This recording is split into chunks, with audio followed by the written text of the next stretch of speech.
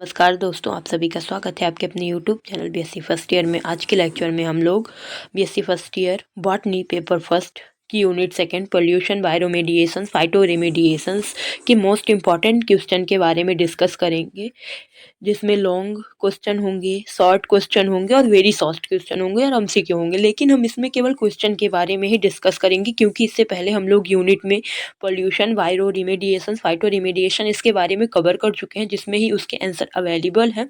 तो आप जाकर के एक बार हमारी प्लेलिस्ट में चेक कर सकते हैं, जिसकी लिंक डिस्क्रिप्शन बॉक्स में दे रखी है। और क्वेश्चन इंपॉर्टेंट दे रखे हैं, वो भी आप देख सकते हैं, जो कि आपके पेपर में आने की संभावना है। ये हिंदी इंग्लिश बोथ लैंग्वेज में होंगी। हिंदी में मैं पढ़ दूंगी, इंग्लिश में भी दे रखा है, तो आप देख सकते हैं। तो चलिए शुरुआत करते हैं। सबसे पहले लॉन्ग आंसर टाइप क्वेश्चन, दीर्घ उत्तरीय प्रश्न की बात करते हैं। तो हमारा पहला क्वेश्चन आ जाता है इसमें, ध्वनि प्रदूषण के कारण प्रभाव और नियंत्रण की व्याख्या कीजिए। ये लगभग 500 शब्दों में करने के लिए आ सकता है। तो ये बड़ा लॉन्ग आंसर दीर्घ उत्तरीय प्रश्न है, जो कि 10 से 15 नंबर का आता है पेपर में। वो भी अपनी यूनिवर्सिटी के हिसाब से, जो जिसकी होती है उस हिसाब से आएगा। फिर दूसरा क्वेश्चन आ जाता है, जो कि हम लोग कवर कर चुके हैं ध्वनि प्रदूषण में। तो आप एक बार लेक्चर चेक कर लीजिए, जिससे आपको पूरे क्वेश्चन के आंसर्स मिल जाएंगे वहीं पे आपको। दूसरा है फाइटो रेमेडिएशंस को परिभाषित करें और फाइटो रेमेडिएशन के प्रकार, अनुप्रयोग और सीमाओं पर चर्चा करें। फाइटो रेमेडिएशंस यानी कि पौधों का यूज करके जो पर्यावरण से प्रदूषकों को हटाया जाता था, उसी को फाइटो रेमेडिएशंस बोला जाता है। उसका भी पूरा लेक्चर दे चुका है। और जल प्रदूषण के प्रमुख कारण एवं नियंत्रणों के उपयोग, जल प्रदूषण को परिभाषित कीजिए, प्रदूषण के कारण, इनके प्रभावों और विभिन्न जल प्रदूषकों की व्याख्या कीजिए। मृदा प्रदूषण से आप क्या समझते हैं, मृदा के मुख्य स्रोत कौन कौन से हैं। फिर भी यदि आपको नहीं मिलते हैं इसके आंसर, तो आप एक बार मेरे को कमेंट बॉक्स में बता सकते हैं। मैं आपको आंसर पीडीएफ के रूप में प्रोवाइड करा दूंगी। फिर है छठवां क्वेश्चन, बायोरेमेडिएशंस की प्रक्रिया के बारे में अध्ययन कीजिए। बायोरेमेडिएशंस वह प्रक्रिया होती है जिसमें सूक्ष्म जीवों का यूज करके पर्यावरण से प्रदूषण को हटाया जाता है। तो इसकी विशिष्ट प्रक्रिया, उसके बारे में मैंने भी अध्ययन करा चुका है। फिर आता है इस पे लघु उत्तरीय क्वेश्चन आते हैं, लगभग 300 शब्दों में, 300 से 400 शब्दों में आते हैं। तो इनमें सब में टिप्पणी करनी पड़ेगी। वायु प्रदूषण के प्रकार, फिर फाइटो रेमेडिएशंस के प्रकार, और जल प्रदूषण के कारण कहाँ से होता है, इसके प्रभाव क्या क्या होते हैं, मृदा प्रदूषण के क्या कारण होते हैं, कैसा प्रभाव होता है, थर्मल प्रदूषण क्या होता है, उसके प्रभाव बताइए। फिर इधर आ जाएगा दूसरा क्वेश्चन, वायु प्रदूषण के कारण, प्रभाव और नियंत्रण पर चर्चा करें और जल प्रदूषण और मृदा प्रदूषण के बारे में बताएं। फाइटो रेमेडिएशंस के लाभ और हानियों पर चर्चा करें। वायु रेमेडिएशंस के सिद्धांत और प्रकार बताइए। वायु रेमेडिएशंस की विधियों और अभिक्रियाओं के प्रकार पर चर्चा करें। ध्वनि प्रदूषण को परिभाषित कीजिए। ध्वनि प्रदूषण मानव के लिए हानिकारक है कि नहीं। किन्हीं 3 पौधों के नाम, उनके वनस्पतिक कुल और प्रदूषण नियंत्रण के लिए लिखिए। वायु प्रदूषण को परिभाषित कीजिए। मुख्य वायु प्रदूषण क्या है। फिर आ जाएगा अति लघु उत्तरीय वेरी शॉर्ट टाइप्स क्वेश्चन आते हैं।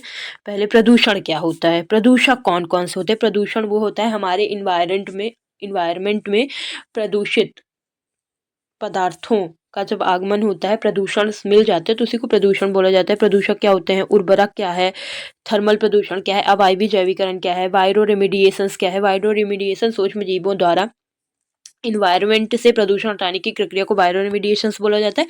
फाइटो रेमेडिएशन पौधों का यूज करके इन्वायरमेंट में प्रदूषण हटाने की प्रक्रिया को फाइटो रेमेडिएशंस बोला जाता है। ग्रीन हाउस प्रभाव तो आप बहुत दिन से ही पढ़ रखे हैं। ध्वनि प्रदूषण, जो लाउड स्पीकर वगैरह बजते हैं, इनसे जो ध्वनि प्रदूषित हो जाती है, उसी को ध्वनि प्रदूषण बोला जाता है। वायु प्रदूषण के 2 कारण बताइए।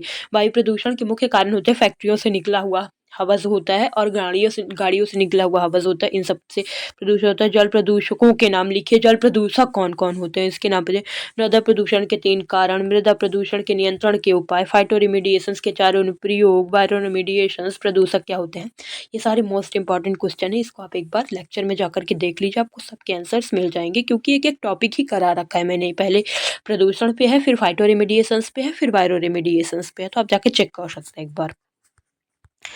फिर आ जाते हैं बहुविकल्पीय प्रश्न, ये भी पूछे जाते हैं कुल। तो स्मोक शब्द डैश डैश द्वारा प्रस्तावित किया गया था। स्मोक शब्द किसके द्वारा प्रस्तावित किया गया था, तो यहाँ पर टिक लगाया हुआ है, डैश बॉक्स द्वारा प्रस्तावित किया गया था। वायु प्रदूषण के बढ़े स्तर के परिणाम स्वरूप होता है श्वसन समाधान। अगर वायु प्रदूषण का स्तर बढ़ जाएगा, तो हमारे श्वसन संबंधी समस्याएं उत्पन्न हो जाएंगी, जैसे अस्थमा हो गई, दमा हो गई, एलर्जी वगैरह, ये सारे कुछ उत्पन्न हो जाते हैं। निम्न में से कौन सी गैस वायु में अधिक प्रतिशत में होती है? वायु में अधिक प्रतिशत से अधिक होती है। वायु में नाइट्रोजन का प्रतिशत ज़्यादा हो जाता है, इसलिए इसको नाइट्रोजन में इसका यही आंसर होगा। फिर आता है यूट्रोफिकनेस का प्रमुख कारण है नाइट्रोजन प्रदूषक इसके प्रमुख कारण होते हैं। फिर पचमा आएगा उन तकनीकों को संदर्भित करता है जो रसायनों द्वारा दूषित मिट्टी हवा साफ करने के लिए पौधों का उपयोग करते हैं, तो इसका होगा फाइटोप्लांटेशंस। और एक जैव तकनीक प्रक्रिया जो संदूषकों को कम करती है और साफ करती है बायोरेमेडिएशंस जैव तकनीकी होती है बायोरेमेडिएशन। निम्नलिखित में से कौन सी गैस ग्रीन हाउस प्रभाव पे होती है? तो ग्रीन हाउस प्रभाव में होती है मीथेन और कार्बन डाइऑक्साइड। फिर 8वां ऑक्सीजन का उपयोग करके कार्बनिक अणुओं के ऑक्सीजन वायवी बायोरेमेडिएशंस, ये सारे कुछ आप पढ़ सकते हैं एक बार पीडीएफ में और देख सकते हैं। तो thank you for watching, please like से सब्सक्राइब।